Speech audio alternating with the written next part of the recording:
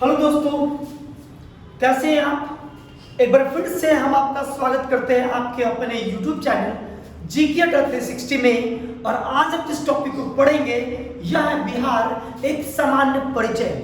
यानी इस वीडियो में हम बिहार के सामान्य परिचय का अध्ययन करेंगे। बीपीएससी का पीटी होने वाला है और यह टॉपिक बहुत ही इंपॉर्टेंट है। और हाँ रुकिए, वीडियो को अंत तक देखिए। जब अंत में लगे कि यह वीडियो वाकई में आपके लिए फायदेमंद रहा तो प्लीज मेरे हेल्प के लिए आप इसे लाइक कर दीजिएगा, सब्सक्राइब भी कर लीजिएगा और जितना अधिक से अधिक हो शेयर भी कीजिएगा। आइए टॉपिक स्टार्ट करते हैं। सबसे पहले हम बात कर लेते हैं बिहार की क्षेत्रफल का।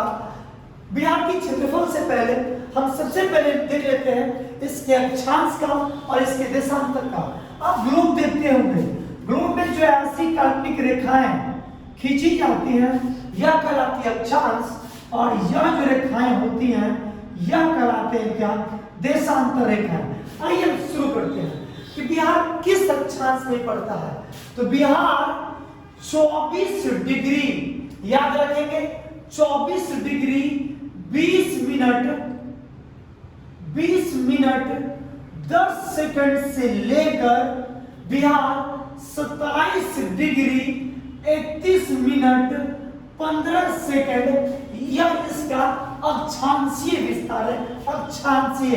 अब हम बात कर लेते हैं बिहार की देशांतरीय विस्तार का। देशांतर से किसी भी देश का समय ज्ञात किया जाता है। तो बिहार का देशांतरीय विस्तार कितना है, तो यह है इधर से यह है 83 डिग्री 19 मिनट 50 सेकंड से लेकर 88 डिग्री 17 मिनट 40 सेकंड। आप याद करेंगे कि अक्षांश क्या है, तो आप एक मोटा मोटी याद कर ले कि 24 से लेकर 27 यह बिहार का अक्षांशीय विस्तार है। और देशांतरीय विस्तार कितना है, तो 83 डिग्री से लेकर 88 डिग्री। अब हम देखते हैं कि बिहार के पश्चिम से पूरब के बीच समय का कितना अंतर होता है। तो जब 1 डिग्री देशांतर का अंतर होता है तो समय में 4 डिग्री का परिवर्तन होता है। तो मोटा मोटी बिहार का जो देशांतरीय विस्तार है इसमें 5 डिग्री का अंतर है। यानी 5 में हम 4 से गुना करेंगे तो लगभग कितना मिनट, तो बिहार के पूरब और पश्चिम के बीच समय का अंतराल कितना है, तो 20 मिनट का। अब हम बात कर लेते हैं बिहार में लंबाई कितनी है और चौड़ाई कितनी है। बिहार की चौड़ाई कम है, यह जो आप देख रहे हैं यह बिहार की चौड़ाई है और ऐसे बिहार लंबा है। तो बिहार की जो चौड़ाई वह है 345 किलोमीटर। आप आज पेन कॉपी लेकर बैठे, बहुत ही इंपॉर्टेंट टॉपिक है और टॉपिक को लिखते चले। बिहार की चौड़ाई कितनी है, 345 किलोमीटर। हम लंबाई की बात कर लेते हैं तो बिहार की लंबाई कितना है, तो 483 किलोमीटर। कितना है, 483 किलोमीटर। अब हम बात कर लेते हैं क्षेत्रफल का कि बिहार का कुल क्षेत्रफल कितना किलोमीटर है। तो बिहार का जो कुल क्षेत्रफल है वो है 94,163 वर्ग किलोमीटर। आप याद रखेंगे कितना है, 94,163 वर्ग किलोमीटर, जो भारत के कुल क्षेत्रफल का, इंडिया के कुल क्षेत्रफल का 2.86% है। अब आपको पता चल चुका है कि बिहार का क्षेत्रफल कितना है, 94,163 वर्ग किलोमीटर। और भारत के कुल क्षेत्रफल का कितना प्रतिशत है, तो यह है 2.86%। अब हम बात कर लेते हैं थोड़े बहुत जनसंख्या की। जनसंख्या 2011 की जनसंख्या के आधार पर, तो बिहार की जो कुल जनसंख्या है वह 10,99,452। आप याद करेंगे, हर बिहार की एग्जाम की तैयारी करने वाले विद्यार्थी को जनसंख्या पता होना चाहिए एक मोटा मोटी। तो कितना, 10 करोड़, बोलिए मेरे साथ, 10,40,99,452 यह 2011 की जनगणना के हिसाब से बिहार की जनसंख्या। एक मोटा मोटी आप मेल जनसंख्या यानी पुरुष जनसंख्या को याद कर ले तो यह लगभग 5,42,00,000 और आप फीमेल की बात करें तो फीमेल की जो जनसंख्या है वह लगभग 4,98,00,000 है। यह अंदाज में एक याद कर ले कि मेल जनसंख्या कितना है 5,42,00,000 और फीमेल जनसंख्या यानी महिलाओं की जनसंख्या कितनी है तो 4,98,00,000। अब हम कुछ बिहार की कुछ हिस्टोरिकल बैकग्राउंड को देख लेते हैं। हाँ, और एक चीज और, अब एग्जाम में आपसे यह पूछ सकता है कि बिहार की जो जनसंख्या है, बिहार की जनसंख्या कितनी है तो 10,40,99,452। यह भारत के कुल जनसंख्या का कितना प्रतिशत है तो ये भारत के कुल जनसंख्या का, हम बात कर रहे हैं इंडिया की, तो ये भारत के कुल जनसंख्या का 8.6% है। और जनसंख्या के दृष्टिकोण से बिहार का स्थान भारत में तीसरा है। क्या है? भारत में तीसरा है। तो यह जनसंख्या का एक मोटा मोटी एक्सपेक्टेड खत्म हो चुका है। हम अगली वीडियो लाएंगे और वो वीडियो होगा जनसंख्या पर, काफी डिटेल से डिस्कशन करेंगे। अब हम थोड़े से बिहार की हिस्टोरिकल बैकग्राउंड से आते हैं। यह बहुत इंपॉर्टेंट है मेरे भाई। क्यों? क्योंकि हर बार बीपीएससी से इसी बॉक्स से क्वेश्चन 1 नंबर आ जाता है। तो आप जानते हैं पहले 1911 से पहले बिहार बंगाल प्रांत के साथ सम्मिलित था और इस बंगाल में बंगाल भी था, बिहार भी था और साथ में उड़ीसा भी था। बात होती है जब बंगाल का विभाजन कर दिया जाता है तो विभाजन करने के बाद विद्रोह प्रोटेस्ट के कारण 12 दिसंबर 1911 ईस्वी को बिहार को एक अलग प्रांत बनाने की घोषणा होती है। कब होती है? 12 दिसंबर 1911 ईस्वी को और 22 मार्च 1912 ईस्वी को विधिवत इसकी घोषणा कर दी जाती है। यानी 22 मार्च 1912 ईस्वी को बंगाल से बिहार अलग हो गया, लेकिन बिहार के साथ उड़ीसा भी था। अब 1 अप्रैल 1912 ईस्वी को सचिवालय ने काम करना शुरू कर दिया अलग, किससे? बंगाल से अलग। लेकिन इस समय बिहार और उड़ीसा दोनों संयुक्त थे। अब 1 अप्रैल 1936 ईस्वी को फिर से बिहार से उड़ीसा अलग हो जाता है और 15 नवंबर 2000 को बिहार से झारखंड भी अलग हो जाता है और बिहार अपने वर्तमान स्वरूप में चला आता है। तो यह कुछ हिस्टोरिकल बातें थी जिससे हम इतिहास के टॉपिक में काफी डिटेल से पढ़ेंगे।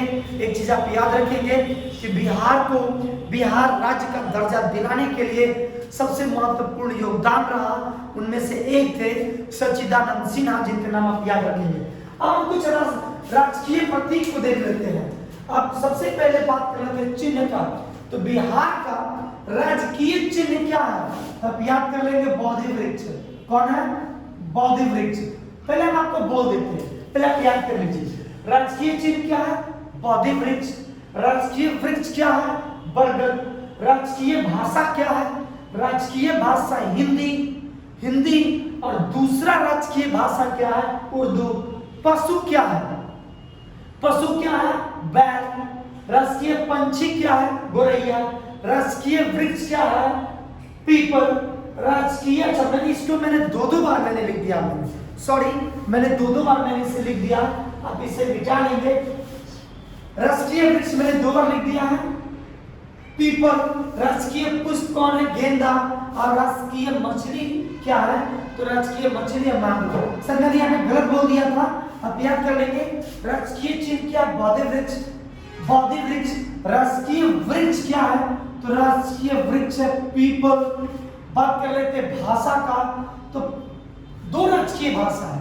प्रथम जो राजकीय भाषा है वह हिंदी और दूसरी जो है वह है उर्दू। कौन है? उर्दू। आप याद रख लेंगे। राजकीय पशु क्या है? राजकीय पशु है बैल। राजकीय पंछी क्या है? गोरैया। राजकीय पुष्प क्या है? गेंदा का फूल, गेंदा का फूल। और राजकीय मछली क्या है? तो राजकीय मछली कौन है? मांगुर। याद कर लेंगे, मांगुर। अब हम आते हैं जिला विशेष पे, और इस जिला विशेष की टॉपिक को मैंने पहले भी बताया था। अब जाए पहले आप उसे देख ले, फिर भी एक बार रिकॉल करवा देते हैं। हम बात कर लेते हैं जनसंख्या के दृष्टिकोण से। तो जनसंख्या के दृष्टिकोण से सबसे जो बड़ा जिला है जनसंख्या के हिसाब से वो कौन है? कौन है? पटना। और सबसे छोटा कौन है? उस जिला का नाम क्या है दोस्तों? शेखपुरा। क्षेत्रफल से बात कर लेते हैं। क्षेत्रफल के दृष्टिकोण से सबसे बड़ा जिला पश्चिम चंपारण और सबसे छोटा शिवहर। कौन है? सबसे बड़ा पश्चिम चंपारण और सबसे छोटा क्षेत्रफल किसका है? शिवहर का। अब बात करते हैं साक्षरता का। तो सबसे साक्षर जिला कौन है? तो सबसे साक्षर जिला है रोहतास। और सबसे कम साक्षर जिला है, उसका नाम है पूर्णिया। लिंगानुपात की बात कर लेते हैं। तो सबसे ज्यादा लिंगानुपात कहां पे है? गोपालगंज में। कहां पे है? गोपालगंज में। और सबसे कम लिंगानुपात कहां पे है? तो यह है मुंगेर में। अब हम बात कर लेते हैं डेंसिटी का, जनसंख्या घनत्व का। तो सबसे ज्यादा जनसंख्या घनत्व कहां पे है? तो यह जिला है शिवहर। कहां पे है? शिवहर। और सबसे कम डेंसिटी कहां पे है? तो यह है कैमूर। जनसंख्या वृद्धि सबसे ज्यादा कहां पे हुआ? तो ये हुआ है मधेपुरा में। और सबसे कम कहां पे हुआ है? तो यह है गोपालगंज में। कहां पे है? गोपालगंज में। सबसे ज्यादा वर्षा कहां पे होता है? किशनगंज में। और सबसे कम वर्षा कहां पे होता है? यह होता है औरंगाबाद में। देखिए कहीं कहीं आप देखेंगे तो अरवल जिला का भी नाम होता है। वो पुराना डेटा है, 2017 का डेटा बक्सर है, लेकिन आप उसे ना ध्यान दें। सबसे ज्यादा वर्षा वाला जिला किशनगंज और सबसे कम वर्षा वाला जिला औरंगाबाद। एक चीज और आप याद कर लें कि बिहार का सबसे नया जिला कौन है? नया। तो सबसे जो नया जिला है वह है, देखिए नाम बोल रहे हैं, सबसे नया जिला जो जहानाबाद से अलग हुआ उसका नाम है अरवल। क्या नाम है? अरवल। यह अस्तित्व में कब आया? तो यह सितंबर 2001 में। और सबसे पुराना जिला कौन है? तो पुराना, तो सब प से पुराना, प से पूर्णिया। अब आपके दिमाग में आ रहा होगा पटना। नहीं मेरे भाई, गलती मत कीजिएगा। पूर्णिया जिला अस्तित्व में आ गया था 1770 ईस्वी में। आप याद करेंगे कब है? सबसे नया जिला अरवल 2001 में। और सबसे पुराना जिला कौन है? पूर्णिया। अब हम कुछ पॉलिटिक्स फैक्ट की बात करते हैं, जिसे मैंने पिछले वीडियो में बताया था। जिला की संख्या 38, प्रमंडल कितने? 9। प्रमंडल का मैंने आपको नाम भी बताया था। अनुमंडल की बात कर लेते हैं 101, सामुदायिक विकास खंड 534, पंचायत समिति भी 534, ग्राम पंचायत कितने हैं? 8474। पुलिस जिला का मैंने डिस्कशन नहीं किया था। तो पुलिस जिला बिहार में 44 है। 44 कैसे है? तो 40 सामान्य जिला, 40 कितने सामान्य जिला प्लस 4 रेल जिला, तो कुल मिलाकर कितने हो गए? 44। अब हम बात कर लेते हैं पॉलिटिकल फैक्ट में ही, लोकसभा में सीटों की संख्या कितनी है बिहार से? तो आपको पता होगा कि लोकसभा में बिहार से सीटों की संख्या है 40। लेकिन यह बहुत इंपॉर्टेंट है कि लोकसभा में अनुसूचित जाति यानी एससी के लिए रिजर्वेशन रखे गए हैं। और कितने सीटें रिजर्व रखी गई हैं लोकसभा में अनुसूचित जाति के लिए यानी एससी के लिए? तो यह कितने? 6 हैं। अगर आपसे एग्जाम में पूछ दे कि बताइए लोकसभा में 6 सीट रिजर्व है, वह कौन कौन सीट है, तब पेन कॉपी उठाइए और लिख लीजिए। पहला गोपालगंज, एक गोपालगंज, दूसरा हाजीपुर, तीसरा समस्तीपुर, चौथा जमुई, अच्छा 5वां गया और 6ठा सासाराम। आप खुद से लिख लीजिए, खुद से। अब गंगा नदी के ऊपर आइए, मैप में आइए। तो गंगा नदी के ऊपर में मैंने बताया गोपालगंज, गोपालगंज के नीचे आइए, बगल में आइए तो हाजीपुर, हाजीपुर के बगल में आइए तो क्या मिलेगा आपको समस्तीपुर, समस्तीपुर के बगल में सॉरी अब नीचे आ जाइए तो जमुई, फिर नीचे में गया, फिर नीचे में क्या सासाराम। तो छो ऐसे मतलब सीटें हैं जो रिजर्व रखी गई हैं किसके लिए, अनुसूचित जाति के लिए। अब राज्यसभा की बात कर लेते हैं तो बिहार से राज्यसभा की सीटों की संख्या 16 है। अब हम विधानमंडल की बात कर लेते हैं तो बिहार में द्वि सदनात्मक विधानमंडल है, एक है विधानसभा, एक है विधान परिषद। विधानसभा में सीटों की संख्या 243 है और इस विधानसभा में रिजर्वेशन रखे गए एससी और एसटी के लिए। अब ये एग्जाम में आता है कि बताइए एससी और एसटी के लिए कितने सीटें रिजर्व रखी गई है। तो रिजर्वेशन की जो संख्या है, लाइट ठीक से आ रहा है क्योंकि नीचे वाला लाइट बंद है, ठीक है, ठीक है। चलिए अब हम बात कर लेते हैं विधानमंडल में सॉरी विधानसभा में कितने सीट रिजर्व रखे गए एससी और एसटी के लिए। तो विधानसभा में सॉरी विधानसभा जो टोटल 243 है, इस 243 में से 40 सीटें रखी गई हैं रिजर्व एससी और एसटी के लिए। लेकिन मेरे भाई इस 40 में से एससी के लिए 38 सीटें और एसटी के लिए 2 सीटें रिजर्व रखी गई हैं, याद रख लीजिएगा। एससी के लिए कितना 38 और एसटी के लिए 2। अब एग्जाम में आ सकता है कि ये जो एसटी है ये संख्या में 2 है और किस जगह से रिजर्वेशन है।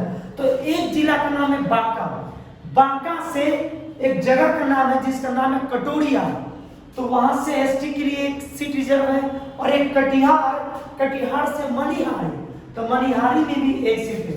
अगर आपको लिखना है तो लिख लीजिएगा, एससी के लिए 2 सीटें, एक सीट का नाम है कटोरिया और एक सीट कहाँ पे है मनिहारी। मिलाकर कितना सीटें हो गए 2। कटोरिया किस जिला में पड़ता है, बांका में। मनिहारी किस जिला में पड़ता है, कटिहार में। आप याद कर लीजिएगा, बहुत इंपॉर्टेंट है। अगली बात कर लेते हैं नगर निगम सॉरी विधान परिषद। तो विधान परिषद में कुल कितने सीटें हैं बिहार से, तो 75 सीटें हैं। अब हम बात कर लेते हैं नगर निगम।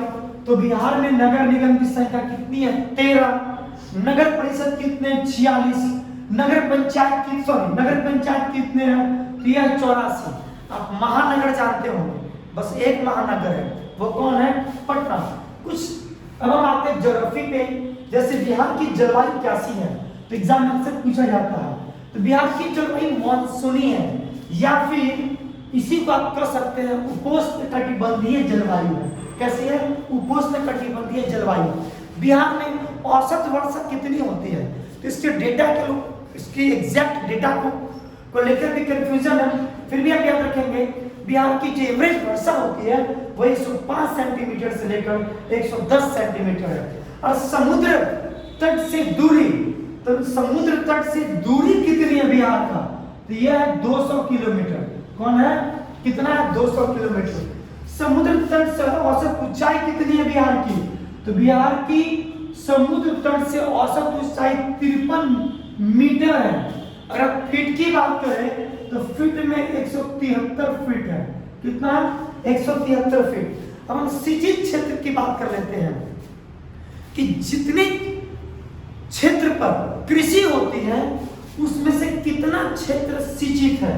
तो बिहार का जितने प्रतिशत पर कृषि होती है उसका मात्र 57% भूमि ही सिंचित क्षेत्र है। अब एक चीज और याद कर लीजिएगा कि सिंचित क्षेत्र में सबसे ज्यादा जो सिंचाई होती है बिहार में वह नलकूप से होती है।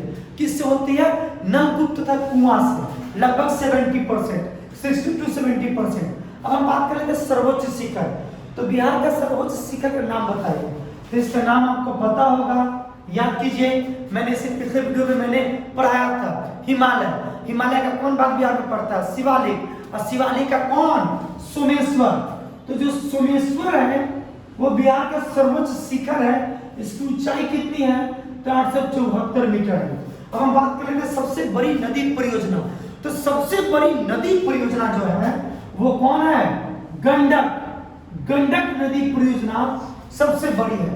सबसे पुरानी नदी परियोजना कौन है? तो मैंने यह भी बता रखा है, कौन है? सोन नदी।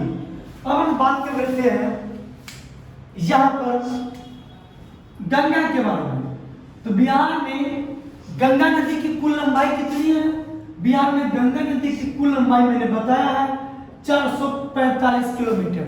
और गंगा के किनारे बसा सबसे बड़ा जो शहर है वो कौन है? पटना है।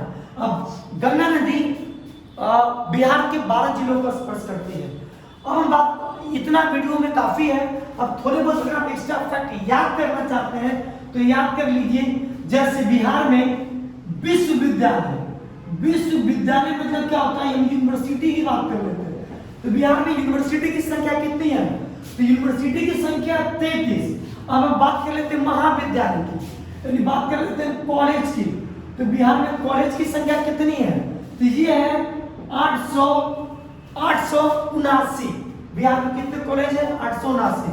अगर आप बात कर लीजिएगा सड़क का कि बिहार में सड़क की लंबाई कितनी है, तो यह है तकरीबन 1,20,958 समथिंग, लगभग 3.7 किलोमीटर के आसपास कुल सड़क की लंबाई है। तो आज हम इस वीडियो में देखें बिहार का सामान्य परिचय। यह बहुत ही इंपॉर्टेंट है, यहीं से एग्जाम में 1-2 नंबर के प्रश्न उठकर चले आते हैं। उम्मीद करते हैं यह वीडियो पसंद आया होगा। मिलते हैं अगले वीडियो में। अगला वीडियो बहुत ही दमदार होगा क्योंकि उस वीडियो में हम पढ़ेंगे बिहार की जनसंख्या के बारे में, बिहार की जनगणना के बारे में। तो मिलते हैं अगले वीडियो में। इस वीडियो में इतना है।